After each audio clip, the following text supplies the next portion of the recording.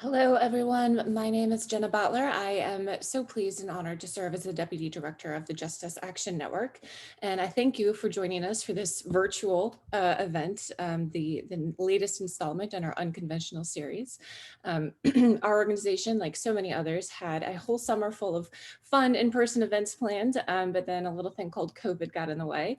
So we've shifted to doing this series of unconventional events online that have really featured some of the most preeminent scholars and thinkers and policy experts and public policy makers across the country.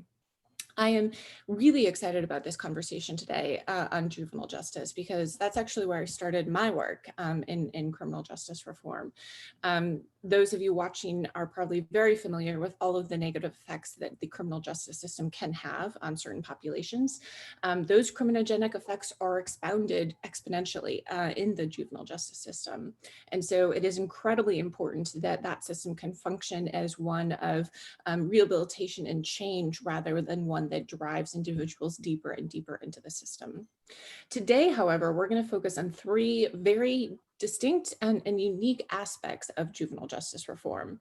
I'm going to let each of our panelists kind of introduce the topics that their organization focuses on, but they're some of what I would call kind of the emerging issues in juvenile justice, ones that I would certainly expect states and hopefully even the federal government to be considering very deeply over the next few years. So we're going to start with some introductions, and I'm going to begin with our dear friend, Julie James, who serves as the Director of Criminal Justice at Arnold Ventures. Julie, please introduce yourself and the issues that you focus on. Hi, Jenna. Thanks. Hi, everyone. I'm Julie James, as Jenna said, a Director of Criminal Justice at Arnold Ventures. And in our fines and fees work, we're working toward a system that is equitably funded by government and one where monetary sanctions are imposed equitably.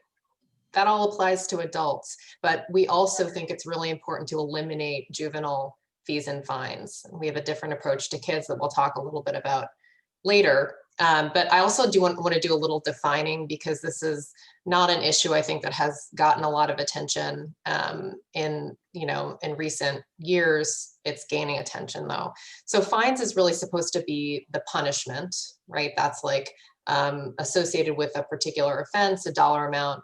And then fees are really supposed to be about recouping government costs and paying for the system itself. And as you all know, most children involved in the juvenile justice system are of color and they're frequently experiencing poverty. Fines and fees for kids don't pay. Government rarely recoups what they think they're going to. And it really just pushes kids and families further into debt. We're proud partners on the Debt-Free Justice campaign on eliminating juvenile fees and fines with the Berkeley Policy Advocacy Clinic, Juvenile Law Center, and the National Center on Youth Law.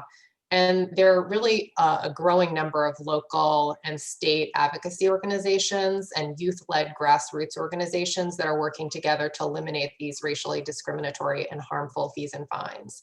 And this year, of all years when state capitals were shutting down, we still had success in doing this in Maryland and New Jersey, in 2019 in Nevada, and in 2017 in California. And this year they forgave all outstanding debt for juvenile fees and eliminated adult administrative fees in the criminal justice system, which ended $16 billion in debt, which is really important right now as people are suffering from the economic crisis. So that's kind of in a nutshell, our work on fines and fees and really focusing on juvenile. Thank you so much, Julie. Such an important issue and one that kind of flies under the radar, I think, a little bit. Like we spend a lot of time talking and thinking about confinement and detention of juveniles, and even those that don't end up in detention are still dealing with these really high fines and fees. So appreciate you being with us. We're going to turn now to James Dold, who serves as the CEO and founder of Human Rights for Kids. I do have to share one quick personal story, though. James and I first started coordinating on these issues many, many years ago when we were both at different nonprofits than we are now. And the very first time that I met him, I knew that he was going to be doing something extraordinary in this line of work. His personal passion and his expertise was just radiant. And so when I heard that he had founded his own nonprofit with this really, really unique issue, I was just thrilled, and I can't wait for him to share his story with y'all. James, please introduce yourself and your issue. That was so kind, Jen. I know it seems like a lifetime ago now that when we first met, but thank you so much. I'm James Dold. I'm the founder and CEO of Human Rights for Kids, a 501c3 nonprofit organization based in Washington D.C. that's dedicated to the promotion and protection of the human rights of children. We were founded in 2017 by a bipartisan group of advocates and legislators, actually, from states all across the country. When we first started, we had 5 Republican and 3 Democratic state legislators. Today, we have 11 total state legislators, 6 Republicans and 5 Democrats from states as diverse as Arkansas and West Virginia to all the way out to Hawaii and Vermont. So we've kind of got the entire country covered. The animating force behind what brought all of us together was this passion for children, for recognizing that there were systemic problems that really needed to be addressed in a bipartisan way, especially for kids in the US criminal justice system. One of the things that united a lot of the legislators from our board was the fact that they had both worked on issues trying to protect children from harm, oftentimes in the context of child sex abuse, child trafficking, and then had taken those skills and what they had learned about vulnerable populations and applied those to kids who were facing the most extreme consequences in the adult criminal justice system. So most of our board members had focused on legislation ending life without parole sentences for kids. We had identified in the criminal justice system this huge gap that existed where, there were some organizations that were working on, one aspect of juvenile justice reform or one aspect of kids in the adult criminal justice system, but there were so many issues that were facing youth that were completely being unaddressed by an organization. We thought, what better way to address these issues and to show that these issues are truly bipartisan than by bringing everyone together and focusing on these issues. One of the things that also animates the work that we do is the connection of our work to adverse childhood experiences.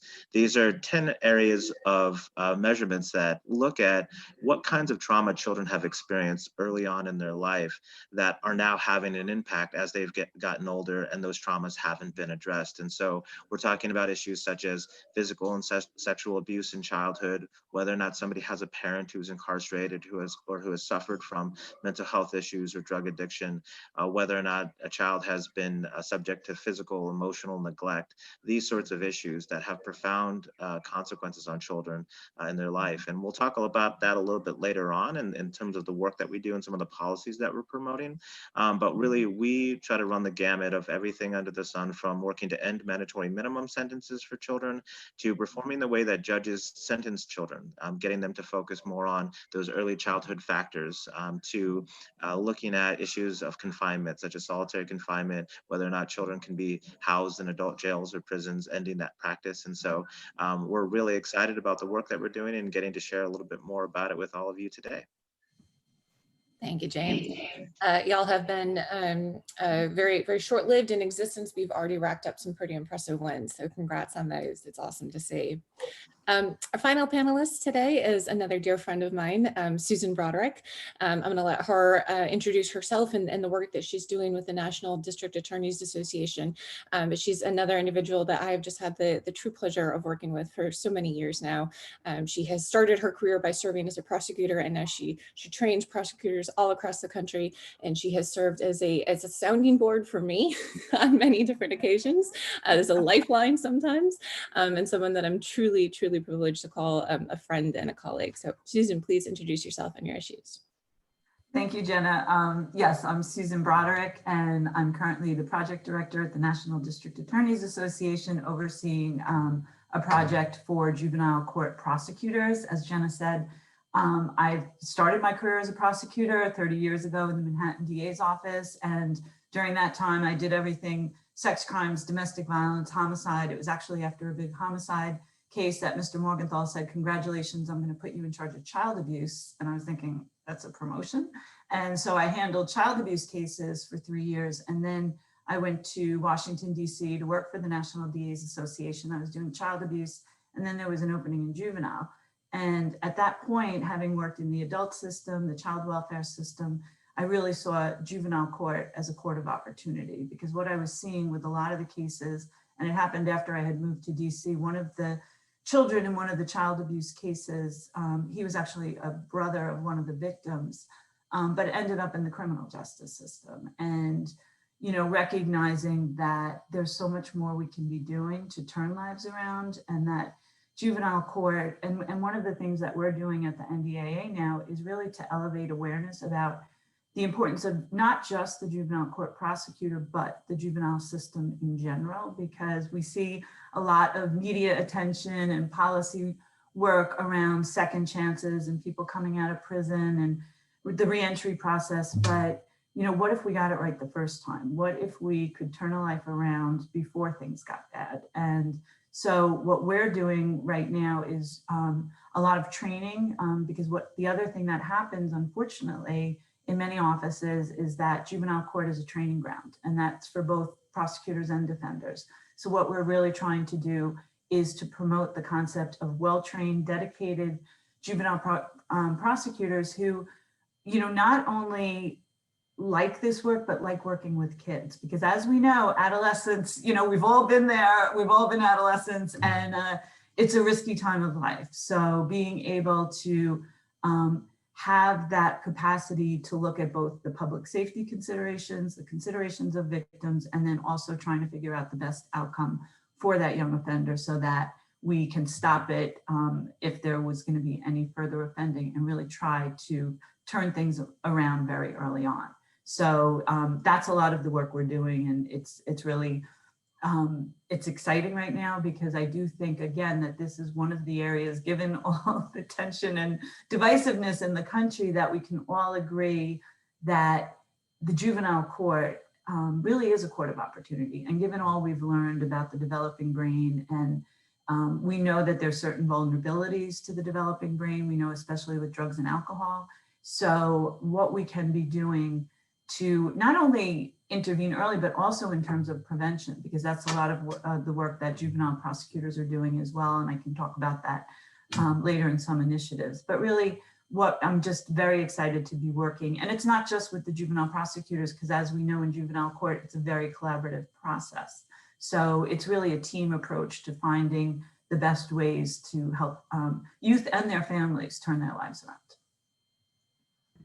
Absolutely. Thank you so much, Susan. I think in particular, the work that you're doing to really lift up and professionalize juvenile court prosecutors is so important, because you're absolutely right. In almost every jurisdiction that I've ever worked with, that's where the baby prosecutors start. And so what if we flip that around, and that's where we put the seasoned prosecutors, the one that really understood how to use the court system, as you said, as a path towards opportunity. So awesome. Thank you so much for being here. I'm going to start with a question for each of you, and we'll just go in the same order, Julie, James, and then Susan. For those, especially for those watching that have spent more of their time or careers in the criminal justice system, explain why the juvenile justice system is so different from the adult or the criminal justice system, and does it or should it have different goals and practices? And Julie, we'll start with you.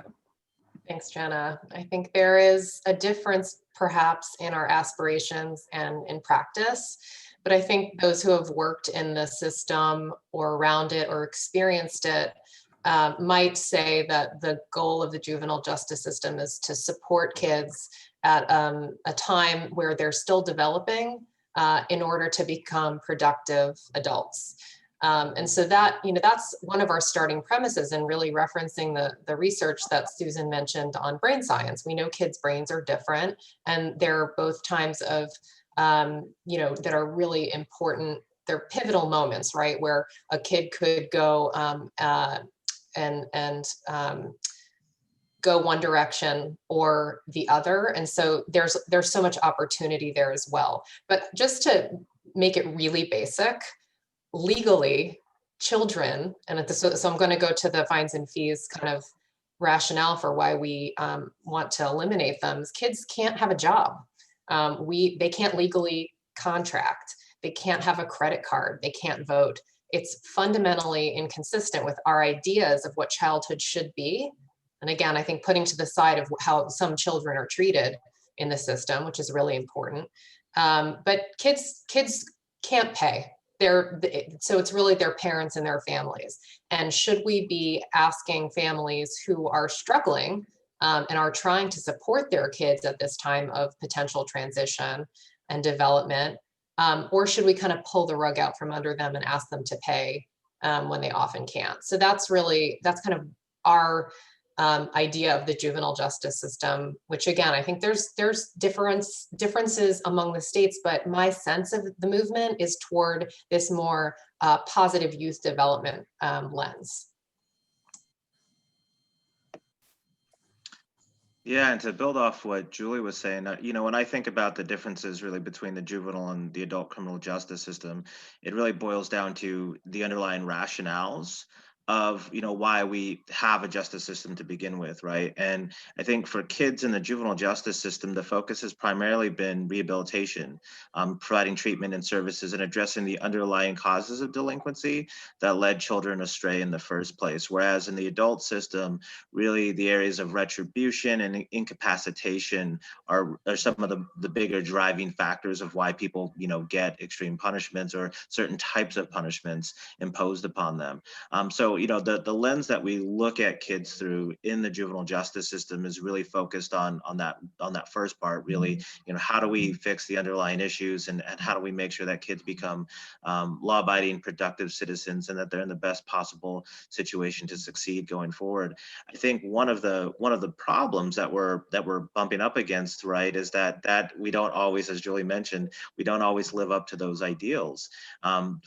Too many children, I think, are able to enter the juvenile justice system. Most states right now don't have a minimum age for when kids can be adjudicated delinquent. So even looking at basic issues like criminal culpability, we've seen this past year just from the videos, of little girls and boys 6-7 years old throwing temper tantrums and being arrested and being processed in the juvenile justice system, right? So I think one of the first areas that we need to begin to look at is what is the minimum age for juvenile culpability? When do kids come into the system to begin with?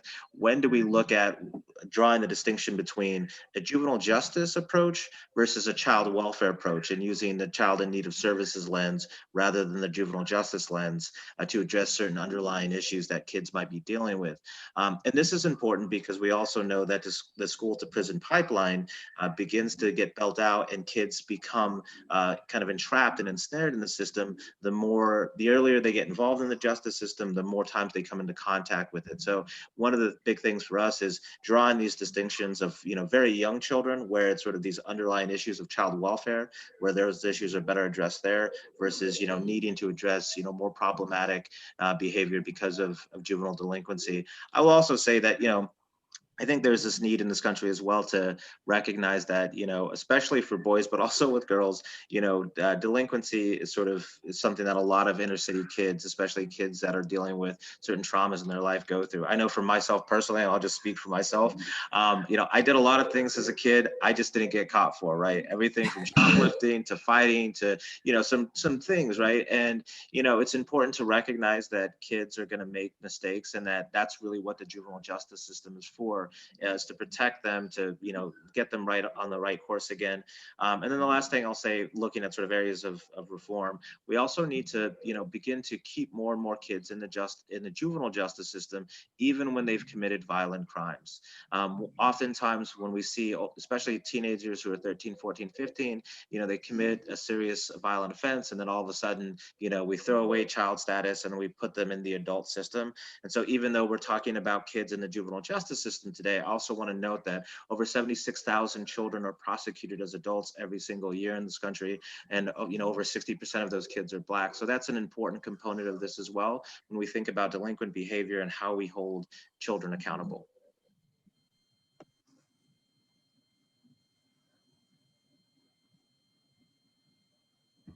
Susan, any thoughts you'd like to share on how the juvenile justice system differs from the criminal justice system? Yeah, so from my experience in looking at the system, the juvenile system was started in 1899 in Cook County, and the whole idea was rehabilitation. And I think what we've seen since that time is really a pendulum that has gone back and forth. And, so the idea of rehabilitation then gets replaced by a more punitive approach. And one of the things I'm happy to, I think, see happening is that we're finally maybe getting a balance in all of this, because we do understand, to James's point, that it's not the child welfare system, but a lot of these children are they're young, they've been through a lot, so we do want to focus on underlying issues. But unlike the child welfare system, sometimes there are victims, and victims and public safety are issues that we have to deal with in the juvenile system. So I think what's really important now is being able to look at things in a balanced approach in terms of, we want to look at what's best for the community. And very often what's best for the community is rehabilitating that youth, because they are going to be coming back to the community.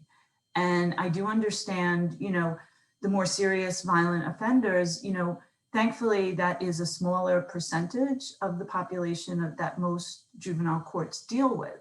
But it is a significant issue, and especially with prosecutors who do, part of our job is for public safety purposes. So, but one of the things that we've learned through the adolescent brain development is that somebody who commits, a serious crime in their teen years, probably, most likely will be able to be rehabilitated. There's a much better chance of turning somebody's life around who commits something serious at 15 as compared to somebody at 30 who, their brain is hardwired. And so with the adolescents, there really is a greater capacity for rehabilitation. However, I would say that on certain very serious crimes, it's that idea of making sure that public safety is considered. So, one of the things that we did, we updated the NDAA standards. And originally, in certain states, there was automatic transfer or automatic waiver. And we have changed that to that every case has to be looked at individually. And there have to be reasons to justify that why the juvenile system cannot handle that case. And unfortunately, there are situations where that is the case. And so, but I am very hopeful, and I love what Julie said about, because I do think there is a trend also towards looking at, not just the adversity that children suffered, because, challenges happen in all of lives, but also looking at their strengths and assets, because that really can motivate change in a very big way.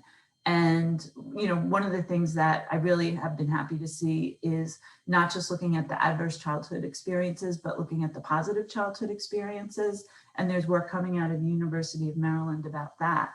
Because one of the things I know from my own personal experience growing up in a home where there was a lot of alcoholism present, and I think my ACEs score would probably be higher, but I had a grandmother who was the light of my life. And she was the woman who told me I could do anything I wanted to. And having that positive adult in my life was a game changer. And the research points to that as well. So one of the things that we're including in all our trainings is talking about all of the positive things that we can be putting, on the menu to help turn a kid's life around and support them. So that's what I have to say.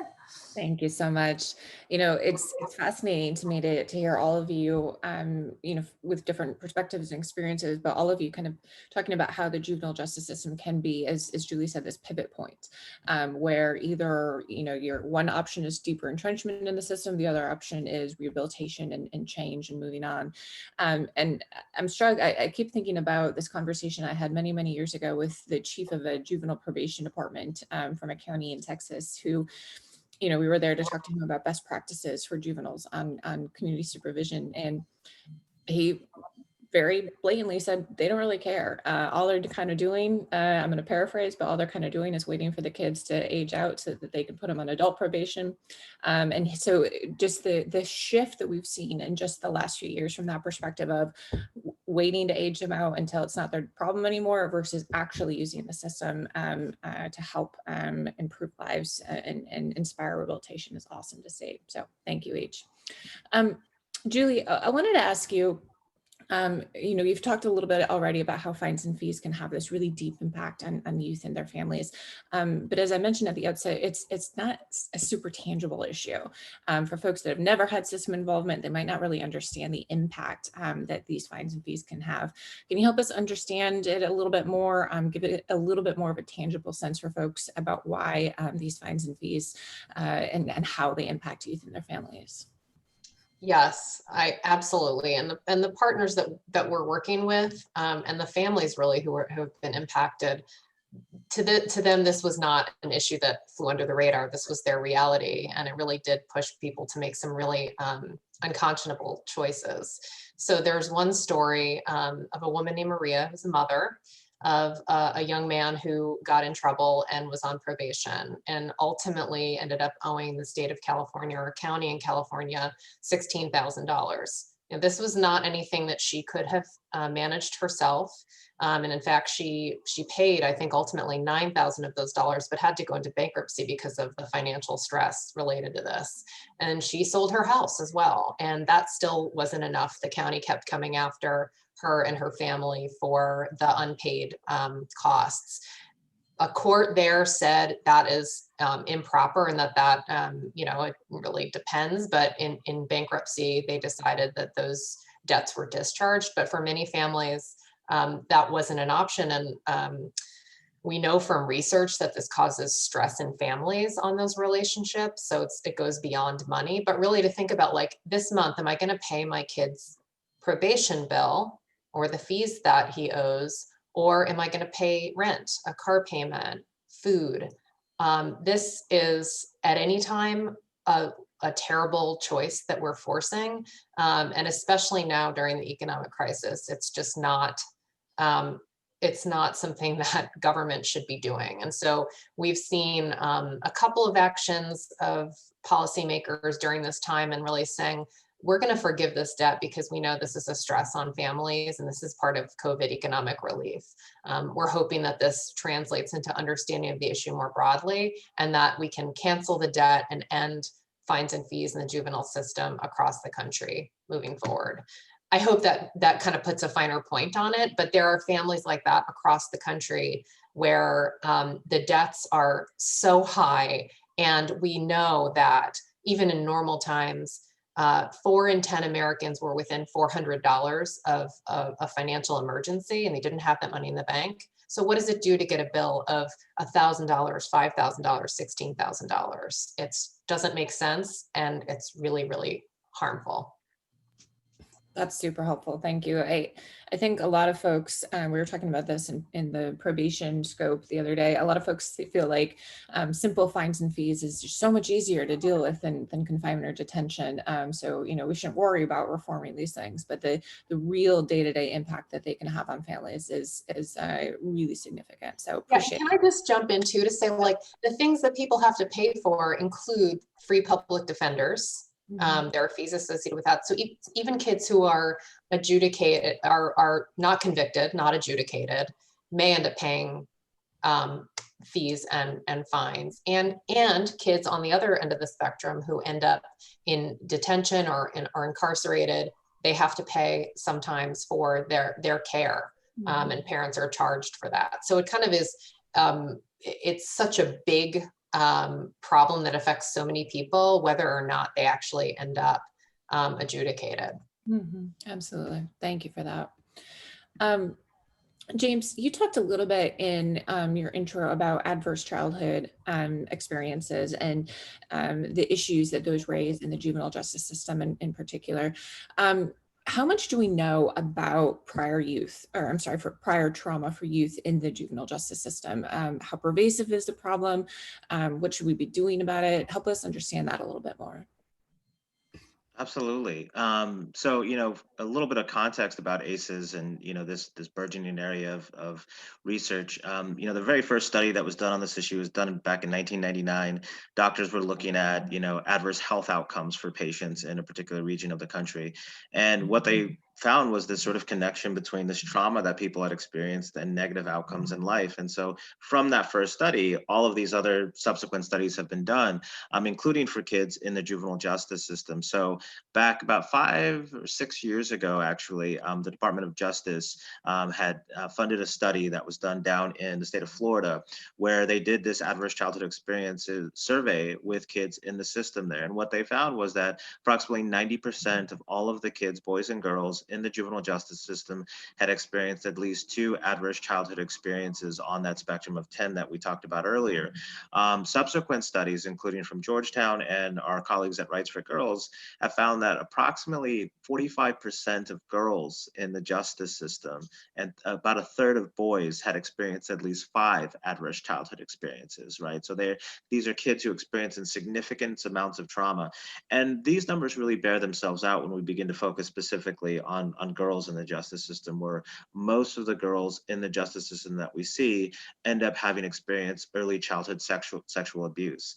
One of the issues I didn't talk about earlier that we really focus on is something called Sarah's Law. This is actually how I began to work on juvenile justice issues back when I was a baby lawyer back in 2010, coming out of law school. There's a young woman by the name of Sarah who had been sentenced to life without parole for having killed her sex trafficker when she was just 16 years old. This was a man who had found her when she was 11 years old, walking home from school, offered her ice cream to get in his car, began to groom her and rape her from the ages of 11 to 13, and then forced her into prostitution from 13 to 16 years old. Then when she finally killed him, because there wasn't the adequate sort of, technical theory of defense that she could use, she was convicted in adult court and sentenced to die in prison. She spent almost 20 years there before Governor Schwarzenegger thankfully commuted her sentence. But her story, just like many other girls in the system that we see, really highlights this broader issue of needing to have trauma-informed and age-appropriate accountability measures in place when we see kids who come into the justice system, regardless of what their offense is. Now, obviously, in Sarah's case and other girls in those situations, like Centoria Brown and other girls whose sort of names have been high profile over these last several years, that's sort of one end of the spectrum. But we also see a lot of other kids who have those similar sorts of experiences. We recently conducted a survey that we're still gathering data on, specifically from kids in the state of Louisiana. And what our preliminary data has shown is that there's about all of the kids who are currently incarcerated for offenses that were committed as children but are now adults, roughly they have an average ACE score of about 6.5, right? So when we're beginning to look at kids in the adult system, what we're seeing is vastly increased childhood trauma scores. And so this is something that is, at the core of why kids end up engaged in delinquent and criminal behavior to begin with. And again, drives home the point for why judges at every section of the criminal justice system, right, whether we're talking about at the point of transfer or at the point of sentencing, why these issues need to be considered and need to be a focal point for how we hold children accountable and trauma-informed in age-appropriate ways. Absolutely. Just seeing, the whole youth and the whole case is so important. Just not only to guide sentencing determinations, as you said, but to design the appropriate interventions that match with that youth's particular needs to make sure that they are equipped to move on from these issues. So appreciate that information. And I think a lot of people would be very surprised by the pervasiveness of those high ACE scores in the juvenile justice system. So thank you for that. Susan, turning to you, as you talked about, you're doing such great work with the NDA on juvenile justice. I was hoping that you could share with us how prosecutors are really taking a leading role on some of these reforms, and particularly if there's any programs or practices that you'd like to point out as examples of best practices. If there are any prosecutors watching this, where should they look to see what's working well? Great. Well, one of the things that I'm very happy about is we have a curriculum, and it just actually goes back to James's point on, the adverse childhood experience study. And one of the things that some of the newer research seems to be saying is, adversity during childhood is actually quite common because a lot of kids, even when you look at the ACE factors, one of them is having a divorced parent. So when we're looking at those ACE factors, we have to remember that so much of those are potential. They're the potential for trauma. Adversity doesn't necessarily equate to trauma. And so if we really want to do a complete analysis on an individual child, we should be looking at the ACE factors. But like I said earlier, also the positive childhood experiences. And those include the personal, social, and community strengths and assets to really get a balanced picture. Because, and I remember first hearing about the ACEs work and talking with Dr. Anda, who was one of the co-investigators. And, I said, because what he said to me was adversity is not destiny. And so much of this depends on the individual child. And I know from my experience of working in both child welfare and the juvenile system that kids are resilient. And so I think that this is also an opportunity to understand, okay, there is the potential if they had these adverse experiences. But you know, how kids respond to the different adverse experiences depends on the kid. Depends on their tolerance to stress. And there's a lot of different factors at play. So one of the things that we're doing is educating prosecutors on both the adverse childhood experiences, but then the importance of the positive childhood experiences and trying to promote that resilience and trying to, again, use that any justice referral as a turning point for the youth. One of the programs that I'm very happy about is it was actually shortly after the George Floyd incident, and I reached out to some of my colleagues who were former prosecutors, and I said, what can juvenile prosecutors be doing now? And George Mosey, who had been the juvenile chief in Philadelphia for a very long time and is now the executive director of the anti-drug and anti-gang network in Philadelphia, said to me, it's about building relationships between youth and police.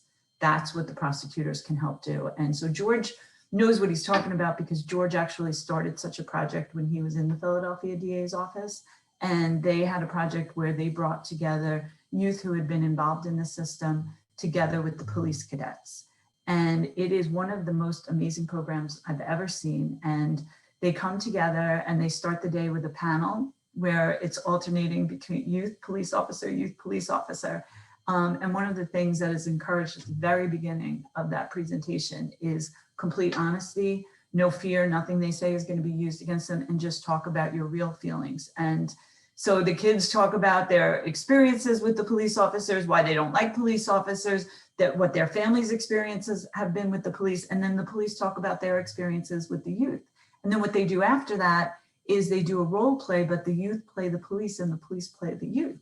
And watching that, it's amazing to watch them experiencing that. And then after the role playing, they come together and again, sit on the same panel and alternate and talk about how even just experiencing sitting in the other's shoes changed their perspective or had an impact on their perspective. And I think throughout the entire system right now, we can be doing things to be building relationships. And I think one of the prosecutors I was talking to yesterday he works very closely with their police force and talking about how they've been recruiting more people in their office that reflect the community and doing more to work in the schools and really to let the youth know that police officers are real people too, and to let the police know that these youth, they're kids.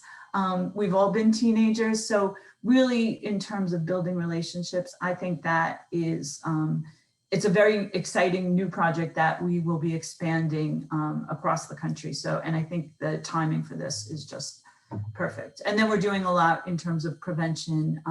The other thing that I'm working on with the National Association of Drug Court Professionals is to, it's a pilot project to improve the juvenile drug courts, because we know that the research on those courts have been very mixed. And from my experience, I'm also a woman in long-term recovery and I've been sober 19 years. So I have a little bit of life experience around the addiction issue. And for me, I always questioned why the juvenile drug courts just relied completely on, you send a kid to treatment, you have a graduation ceremony, and then you send them back to the same community, same friends, same activities, and then you're shocked that they relapse. And so using it, and I don't have enough time to go on here, but it's the concept of recovery support, recovery capital, and connecting kids in the community with positive adults, positive peers, positive activities. And again, I think that's something that can be more broadly used across the system. But those are just some of the exciting things that we're working on. That's awesome. Thank you. I love the idea of giving folks that play different roles in the juvenile justice system the chance to experience it from the other side. I think that kind of opportunity just breeds so much empathy and so much understanding. So I love that. Thank you. So we are almost out of time. So I'm going to skip down to our last segment here, which is just an opportunity for y'all to provide any last thoughts. Is there anything that we missed in this conversation that you want to make sure we mentioned? And particularly if there's any way, if individuals watching really want to get involved on these issues, how can they reach out to your organization, or how can they best work together? Julie, we'll start with you. Thanks, Jenna. So at Arnold Ventures, we're really focused on maximizing opportunity and minimizing injustice, and eliminating juvenile fees and fines we think really is important to that mission. So we're just so excited to be part of this coalition that I mentioned. I think folks who want to learn more about that can follow the campaign at Debt Free Justice on Twitter, at Debt Free Justice, all one word, and also follow us at Arnold_Ventures. Those are the places on the social to go, and really look forward to hearing from some of the folks who are watching today. Thank you, Julie. James. Thank you so much, Jenna. And just a couple of quick points too. I want to go back to what Susan mentioned earlier, just real briefly, that because I do think it's so important, this teaching of empathy, right? And we've seen that these models actually work, and there are great models out there. The Mendota Treatment Center in Madison, Wisconsin, actually is one of the most effective programs that's been recognized internationally. It's run by Dr. Greg Van Rybroek, and it's specifically for serious, violent, youthful offenders. And so these are kids committed commit sex offenses, robberies, murder, like what we would term quote unquote the worst of the worst. And they've actually found an effective way to treat kids through intensive behavioral cognitive therapy and the teaching of empathy, because oftentimes these kids are coming from just hellacious backgrounds where they've experienced that abuse, neglect, they haven't been socialized in the proper ways. And so this program has been extremely effective at treating those kids and getting them reintegrated into a society. It's been around since the early 1990s. They have a 0% recidivism rate for violent crime for kids who've gone through that program. It's an incredible program. It's something that I really think a lot of folks should be taking a look at when it comes to how do we hold kids accountable for harm that they've caused. Similar to that is a bill that we helped pass this year in Virginia, House Bill 744, which ended the application of mandatory minimum sentences for kids and requires judges to consider adverse childhood experiences and involvement in the child welfare system. That was a bill that we actually worked on and got the support from the Commonwealth attorneys in Virginia. So going back to prosecutors and advocates being able to work together in a common aim and reforming the justice system in a positive way, that was a great example. And I think what I'm hoping for in the future is a way to pair a program like Mendota with this new law in Virginia, so that we actually get significant treatment services in place for kids who are coming into the system, and that judges have more and more options for how to treat these kids. For folks that are interested in learning more about our work, I would encourage you to go to humanrightsforkids.org. You can learn a lot more about how we're involved in court cases and submitting amicus briefs in cases around the country, as well as the legislative advocacy work.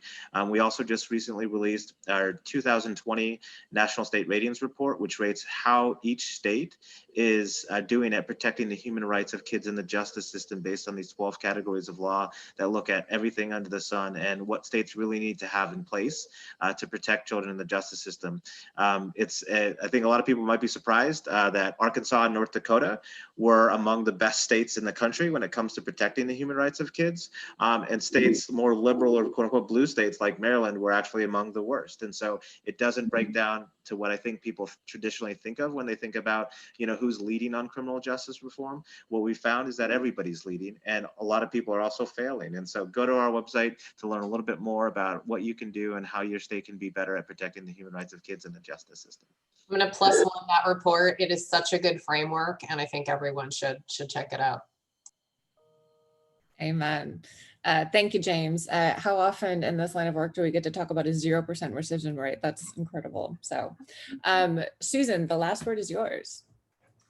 Well, thank you so much for this opportunity. And James, I love what you just said about empathy, because I think one of the things I'm really trying to do in terms of collaborating with other stakeholders is sort of getting rid of the reputation that the prosecutor's the bad guy and all we want to do is lock people up. And, one of the things I talk about with the juvenile court prosecutors is that not only is it probably the most important position in a DA's office, because that's where you truly can turn a life around. And you have to know much more than was ever taught in law school, but you also have to have a really big heart. And I remember, I don't know, Jen, if I told you this, but when I was leaving the DA's office in Manhattan, at my going away party, a bunch of people were talking about big cases I had handled, and my bureau chief got up and he's like, I want to talk about Broderick's heart. And I was like, oh my God, don't say that. That's embarrassing. I'm like a tough prosecutor. And as the years go on, I realized that having a heart in this work is probably the most important thing to have, because you can hold people accountable, you can protect public safety, but you don't have to do it in a mean or angry way. And I think there is a misperception out there against some prosecutors that prosecutors are just mean and they don't care about kids. And honestly, I know I went into the work because I wanted to make the community better. I wanted to help people. I wanted to help victims. And now I realize a lot of times with our youth, they have been victimized. And there's a lot we can do to turn their lives around. And I think that if we all come from a place where we realize we have a very common mission here, we could do a lot of great things for young people. So I'm really thrilled to be here. Thank you so much. Thank you, Susan. I have to say, in the middle of this conversation, I realized I wanted to retitle this webinar because, Susan, your phrase "adversity is not destiny," I think is really the sum total of what we've been talking about. We don't have to saddle youth with thousands of dollars of debt that they're never going to be able to pay off. We do not have to use mandatory minimum sentences. We're able to look at youth as an individual and figure out what they need. And Susan, prosecutors can have a heart too. But I want to thank all three of you for joining us to talk about these issues today. They're just so super important, and I appreciate all of your hard work and advocacy on them. And thank you all for joining us. Take care.